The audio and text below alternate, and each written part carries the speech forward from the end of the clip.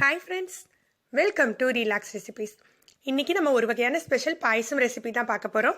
இது ஷீர் குருமா அப்படின்னு சொல்லுவாங்கங்க. இது செய்கிறது ரொம்பவே சுலபம், அதே சமயம் டேஸ்ட் ரொம்பவே சூப்பராக இருக்கும். இது எப்படி செய்யலான்னு பார்க்கலாம். இதுக்காக நான் முதல்ல ஒரு லிட்டர் பாலை காய்ச்சி எடுத்து வச்சுக்கிறேன். நார்மலாக நம்ம யூஸ் பண்ணுற பாக்கெட் பாலை யூஸ் பண்ணிக்கலாம். நல்லா கட்டியாக காய்ச்சி தனியாக எடுத்து வச்சுக்கோங்க. இதுக்கு கொஞ்சம் நட்ஸை நெய்யில் வறுத்துக்கணும். நட்ஸை நீல நீளமாக கட் பண்ணிக்கோங்க. நான் இங்கே முந்திரி, பாதாம், காஞ்ச திராட்சை, பிஸ்தா இதெல்லாம் எடுத்துருக்கேன். உங்ககிட்ட எந்த நட்ஸ் இருக்கோ நீங்கள் அதை எடுத்துக்கோங்க. நீல நீளமாக கட் பண்ணி வச்சுக்கோங்க. முக்கியமாக பேரிச்சம்பழம் 1 கப் எடுத்துக்கோங்க. அதில் கொட்டை எடுத்துகிட்டு நீல நீளமாக கட் பண்ணி எடுத்துக்கோங்க.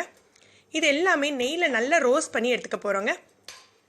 நல்லா டீப் ஃப்ரை பண்ண வேண்டாம். தீயை நல்லா லோவில் வச்சுட்டு, ஃப்ளேமை நல்லா லோவை வச்சுட்டு ரோஸ்ட் பண்ணி எடுத்துருங்க. நல்லா மொறுன்னு ரோஸ்ட் பண்ணிக்கோங்க. எல்லா நட்ஸும் சேர்த்தா பண்ணணும்னு இல்லை, உங்ககிட்ட என்னென்ன நட்ஸ் இருக்கோ நீங்கள் அதை சேர்த்துக்கோங்க. வழக்கமாக மற்ற பாயசங்களோட இதில் நட்ஸ் கொஞ்சம் ஜாஸ்தியாக இருக்கும். நம்ம மற்ற பாயசங்களில் நல்லா டீப் ஃப்ரை பண்ணி நெய்யில் பொரிச்சு கொட்டுவோம். இதில் அப்படி பண்ணாமல் ரோஸ்ட் பண்ணி எடுத்து வச்சுக்கணும். இது ரோஸ்ட் ஆகட்டும். நம்ம அதுக்குள்ளே சேமியாவை ரெடி பண்ணிடலாம். ரொம்ப மெல்லிசு வகையான சேமியா வாங்கிக்கோங்க. உங்களுக்கு எந்த வகையான சேமியா கிடைக்குமோ அதில் மெல்லிஸாக எடுத்துக்கோங்க. நான் இந்த டைப்பில் எடுத்திருக்கேன். இதெல்லாம் கையால் உடச்சி விட்டுக்கலாம். இது சிசரை வச்சு கட் பண்ணி எடுத்துடலாம் ஒன்று போல்.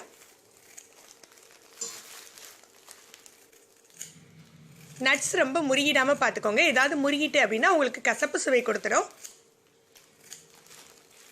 இப்போ நட்ஸ் நல்லா ரோஸ்ட் ஆகிடுச்சு. இதை எடுத்து வச்சிடலாம். எடுத்து வச்சுட்டு நம்ம சேமியாவை ரோஸ்ட் பண்ணி எடுத்துக்கலாம். பாருங்கள், இந்த மாதிரி ரோஸ்ட் பண்ணி எடுத்து வச்சுருக்கோம். இப்போ நம்ம சேமியாவை ரோஸ்ட் பண்ணிடலாம். ஏற்கனவே நீங்கள் வாங்கியிருந்தது வறுத்த சேமியாவாக இருந்தால் கூட இப்போ நம்ம நெய்யில் நல்லா வறுத்துக்கணுங்க.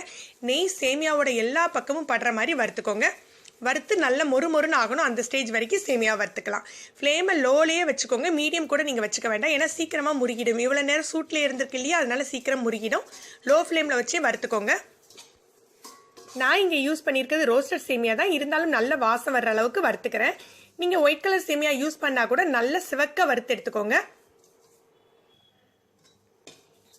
இப்போ சேமியா நல்லா வறுபட்டுடுச்சு, நல்ல ரோஸ்ட் ஆகி மனம் வந்துடுச்சு. இப்போ நம்ம காய்ச்சி வச்சுருக்கோம் இல்லையா, அந்த பாலை சேர்த்துடலாம். பாலை மொத்தமாக சேர்க்காம கொஞ்சம் கொஞ்சமாக சேர்த்துக்கலாம்.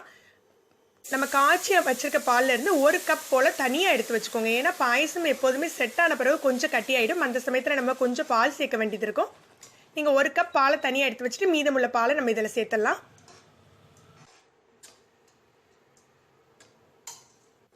இப்போ நம்ம சர்க்கரை எதுவுமே சேர்க்க போகிறது இல்லைங்க. சேமியா நல்லா வெந்த பிறகு தான் நம்ம சர்க்கரை சேர்க்கணும். இப்போ பாலை நல்லா மிக்ஸ் பண்ணி விட்டுட்டு மூடி போட்டு வேக வச்சிடலாம். ஒரு 5லேருந்து 7 நிமிடம் வேக வச்சுக்கோங்க. சேமியா ஆல்ரெடி நல்லா ரோஸ்ட் ஆகிட்டு, அதனால ஒரு 5லேருந்து 7 நிமிடத்துலேயே உங்களுக்கு நல்லா வெந்துடும். நல்லா மெல்லிஸ் வகையாக வேற எடுத்துருக்கோம் இல்லையா, சீக்கிரமாக வெந்துடும். உங்கள் சேமியா நல்லா சாஃப்டாக வேகிற அளவுக்கு நீங்கள் வேக வச்சுக்கோங்க. இந்த பாருங்கள், நல்லா வெந்துடுச்சு. இந்த ஸ்டேஜில் சர்க்கரை சேர்த்துக்கலாம். உங்களுக்கு இனிப்புக்கு தகுந்தாப்புல நீங்கள் 1 கப்லேருந்து 1.5 கப் உங்களுக்கு எவ்வளோ இனிப்பு வேணுமோ அதுக்கு தகுந்தாப்புல சேர்த்துக்கோங்க. சர்க்கரை நல்லா கரையிற மாதிரி கலக்கி விட்டுக்கோங்க. இந்த பாயசம் வழக்கமான பால் பாயசத்தை விட கொஞ்சம் கட்டியாக இருக்குங்க. இப்போ சர்க்கரை நல்லா மெல்ட் ஆகி பாயசத்தோட மிக்ஸ் ஆயிடுச்சு. இந்த ஸ்டேஜில் 1 கப் போல் எவாபரேட்டட் மில்க் சேர்த்துக்கிறோம். எவாபரேட்டட் மில்க் அப்படிங்கிறது நல்ல கட்டியான பாலாக இருக்கும். இது சேர்த்துக்கிறதுனால ஒரு மைல்டு கலரும் வாசமும் கிடைக்குங்க. இதில் இனிப்பு சுவை எதுவும் இருக்காது. அதனால இதை சேர்த்துக்கிறதுனால நம்ம சர்க்கரையோட அளவை கம்மி பண்ண முடியாது. இது உங்களுக்கு கிடைச்சதுன்னா சேர்த்துக்கோங்க, இல்லாட்டி பரவாயில்ல. நம்ம கட்டியான பால்லேயே இந்த பாயசத்தை பண்ணிடலாம். நீங்கள் விருப்பப்பட்டீங்கன்னா கண்டென்ஸ்ட் மில்க் சேர்த்துக்கலாம். கண்டென்ஸ்ட் மில்க் மேட் எல்லாம் சேர்த்துக்கிட்டிங்கன்னா அதில் இனிப்பு சுவை இருக்கிறதுனால நம்ம சர்க்கரையோட அளவை கம்மி பண்ணிக்கணும். இதோட நான் 1 டீஸ்பூன் அளவுக்கு ஏலக்காய் தூள் சேர்த்துக்கிறேன். நான் ஏலக்காவை சர்க்கரையோட சேர்த்து தான் பவுடர் பண்ணி வச்சிருக்கேன். ஆல்ரெடி நம்ம டிப்ஸ் வீடியோவில் பார்த்தோம். ஏலக்காவை தனியாக பவுடர் பண்ணுறதுக்கு உங்களுக்கு கஷ்டமாக இருக்கும். சர்க்கரையோட பவுடர் பண்ணிக்கிட்டிங்கன்னா ரொம்பவே சுலபமாக இருக்கும். அதனால 1 டீஸ்பூன் அளவுக்கு ஏலக்காய் தூள் சேர்த்துக்கிறேன். இதை நல்லா மிக்ஸ் பண்ணிவிட்டு ஒரு 2 நிமிடம் கொதிக்க விடுவோம். ஷீர் குருமா சூப்பராக உங்களுக்கு செட் ஆகிடுங்க. திறந்து பாருங்கள், 2 நிமிடம் ஆயிருக்கு. பாருங்கள், கலர் எப்படி சேஞ்ச் ஆகிருக்கு, நல்லாவே செட் ஆகிருக்கும். இது நீங்கள் அப்படியே பவுலில் மாற்றிட்டு நட்ஸை பக்கத்தில் வச்சு கூட சர்வ் பண்ணிடலாம்.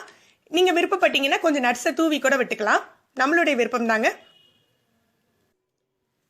இந்த ஷீர் குருமா செய்கிறதுக்கு ரொம்பவே சுலபமாக இருக்கும். எல்லாருக்குமே ரொம்ப பிடிக்குங்க. இதில் நட்ஸ் எல்லாம் நல்ல கிரன்ச்சியாக பாயசமில் மிக்ஸ் ஆகிருக்கும். பண்டிகை காலத்துக்கு ஏற்ற ஸ்பெஷல் பாயசம்ங்க இது. ட்ரை பண்ணி பாருங்கள். ட்ரை பண்ணி பார்த்துட்டு உங்களுடைய கருத்துக்களை கமெண்ட்ஸில் சொல்லுங்கள். மறக்காம இந்த வீடியோவை லைக் அண்ட் கமெண்ட் கொடுங்க. உங்களுடைய ஃப்ரெண்ட்ஸ்க்குலாம் ஷேர் பண்ணிக்கோங்க. இது வரைக்கும் நம்மளுடைய சேனலை சப்ஸ்கிரைப் பண்ணாதவங்க சப்ஸ்கிரைப் பண்ணி கீழே உள்ள பெல் பட்டனை பிரஸ் பண்ணிக்கோங்க. அப்பதான் நம்ம சேனல்ல போடுற புது புது வீடியோக்களோட நோட்டிபிகேஷன் உங்களுக்கு இமீடியட்டா கிடைக்கும். மேலும் ஒரு புதிய வீடியோல உங்களை சந்திக்கிறேன். நன்றி.